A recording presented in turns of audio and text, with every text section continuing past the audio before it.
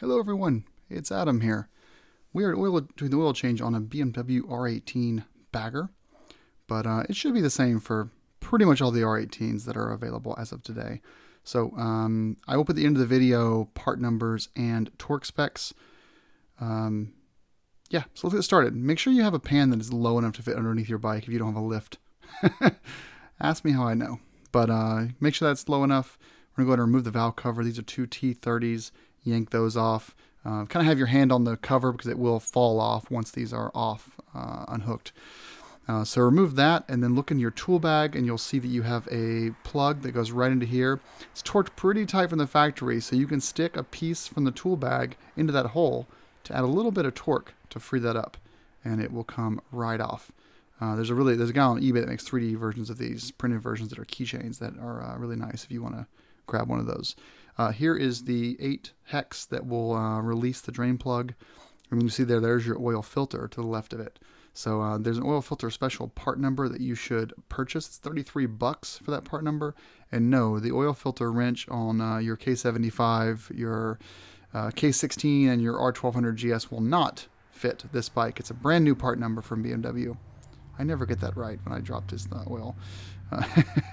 So let's go ahead and change the crush washer on that drain fill plug, but also make sure that to look at this and inspect, because it is magnetic, inspect and remove any metal shavings from this with a rag before you put it back in. There shouldn't be too many on there. If there's a lot, then you should go to your dealer. Let's remove the oil filter. I did order the part. It's coming in soon, but I did make it work with one of these old little contraptions that can just grab anything. There's your new oil filter from BMW. You can fill it with new oil if you'd like to. It's probably for the best, so I would recommend that.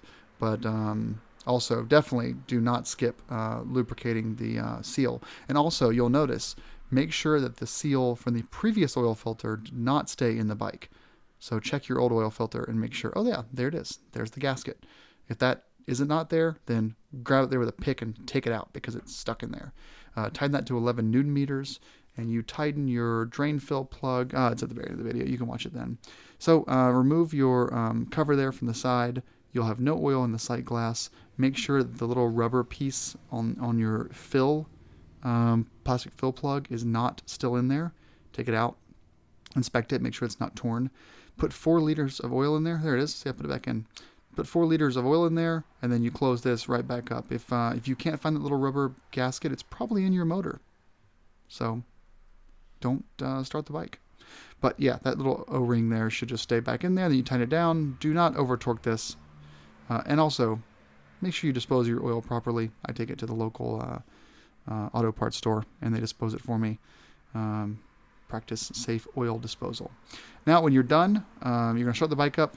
You're going to start it, get it up to operating temperature, turn it off, place the bike dead center off the side stand, balance it. That's what I'm doing right now, is balancing it on the center as my wife records, and make sure that the oil level is right at the very top of the sight glass, or in the sight glass at least. Then you torque these head cover bolts down as well with the T30. Do not over torque them. Use a torque wrench if you're in doubt. And that's it. Big reminder, I am not a BMW technician. I don't work for BMW. This is a use at your own risk, non-warranted overview of the oil change for the R18. Always do your own research and support your local dealer.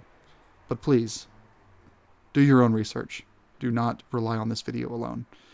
Good luck, enjoy, and thanks for watching.